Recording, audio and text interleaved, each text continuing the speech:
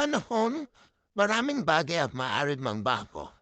Ang araw-araw, kaibigan, paniniwala at maging at mga pangarap. Ngunit sa kabila ng lahat ng pagbabagong ito, may isang bagay na mananatiling matatag, matibay at hindi na matitinag ang pamilya. Sa gitna ng mabilis na pagit ng mundo, sa likod ng bawat tagumpay o pagkabigo, sa oras ng kasayahan o pangungulinda, ang pamilya ang laging nariyan. Dahil dito, naniniwala tayong higit kailanman, pamilya ang una. Ang pamilya ang unang institusyon ating kinabibilangan mula sa pagsilang. Sa kanilang piling tayo unang natutong magmahal, makiramay at magtiwala.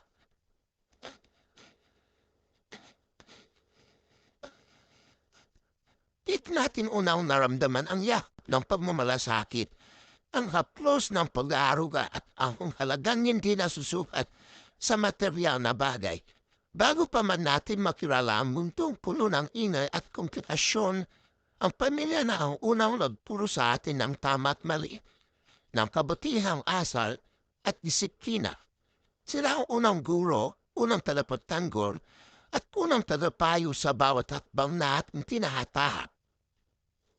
Subalit sa modernong panahon, kung saan ang pagunlad at personal na ambisyon ay itinuturing na spatan ng tagumpay, minsan ay napalimutan ng ilan ang tunay na halaga ng pamilya. Sa pagustuhang makamit ang mataas na posisyon, lumago ang negosyo o maging matagumpay sa larangang pinili, nalilimutan natin ang mga taong unang naniwala sa atin, ang ating pamilya. Ngunit sa bawat pagpagsak, sa mga panahong tayo nangungulila at napapagod, doon natin naalala ang kanilang karangan. Sila ang unang nagtatanong kung tayo kumain na, kung tayo nakauwi ng maayos, at kung tayo masaya pa sa ating ginagawa. Maliit pan sa paningin ng iba, ngunit sa puso ng isang anak, kapatid o magulang, ito ay walang kapantay. Ang paninindigan sa paniniwalang pamilya ang una ay hindi nangangahulugang isang tabi ang sariling pangarap. Sa halip, ito ay paalala na sa bawat pangarap natin tinutupad, mas nagiging makahulugan ito kapag naipabahagi natin sa mga natin sa buhay. Ang tagumpay na walang kasamang pamilya ay tila kurang.